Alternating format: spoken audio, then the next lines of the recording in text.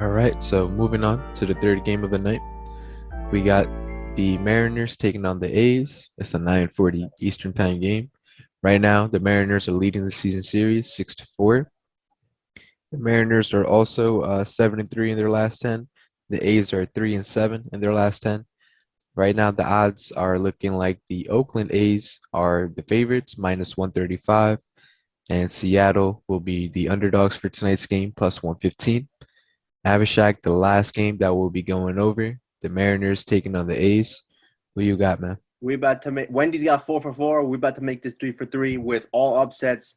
Listen, Hmm. man, I hate today. I just hate today, but this is what it is. We deal with it. We deal with the schedule we got. Whoever made Monday's schedule, August 23rd. I don't know what they were thinking. It's probably a bad day for them. Whoever made the schedule, but we got Seattle Mariners, obviously Oakland A's. Both these two teams are fighting for that wild card spot. Same division, but they're both in the race. Seattle is 3 games behind Oakland. So this series could be a very important deciding factor. Obviously, Seattle, they just played the Houston Astros. They lost 2 of the 3 games, but they won the game yesterday. The Oakland A's, they've been slumping. They won they're what? I think they're 3-7 in the last 10.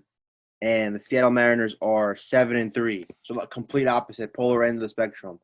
But to be honest, Seattle, the teams they played haven't been impressive. They lost to Houston, the good team. They beat down on the Texas Rangers. That's not impressive at all.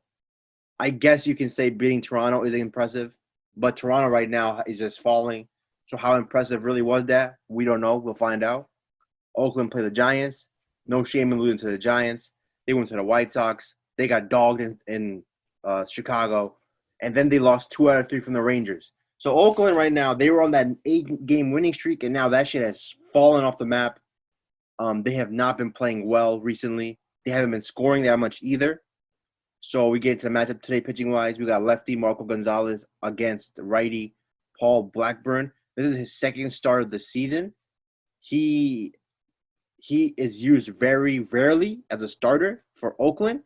He pitched against Chicago, 5 innings, one a 5 and 1/3 innings, 3 runs allowed. Not bad, I guess, because you wouldn't expect anything from him really. To be honest, you're just expecting him to do his job.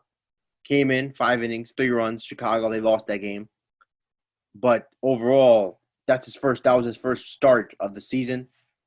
He for his numbers are not impressive at all. We get into Marco Gonzalez. This dude has had a resurgence since the All Star break. His last 7 starts, all quality starts. He hasn't given up more than 3 runs in any of those starts, and he has a 1.8 ERA in his last 7, giving up less than 2 runs per start. His last 4 games, I understand it's kind of hard to judge this because 3 of the last 4 games teams he's pitched against, have been the Rangers. The Rangers suck. He's dominated them. In his last 4 starts, he hasn't given up more than 1 run. He went to New York and the Yankees, almost 7 innings, shutout. So I guess you can hold on to that. He did go up against one of the big teams right now, hottest teams right now, went to New York and blanketed them. So the Yankees are way better than the Oakland A's offensively. So with that being said, I think the pitching advantage clearly goes to Seattle. Marco Gonzalez, he is capable of pitching 6 innings, 7 innings, 8 innings if he's needed to. Oakland, they've come out of a tough series against the Giants. Obviously, Arun mentioned minus, I think the line is plus, what is it again, Arun? Seattle plus what? I think it was one sec. They just refreshed. Plus 115 now.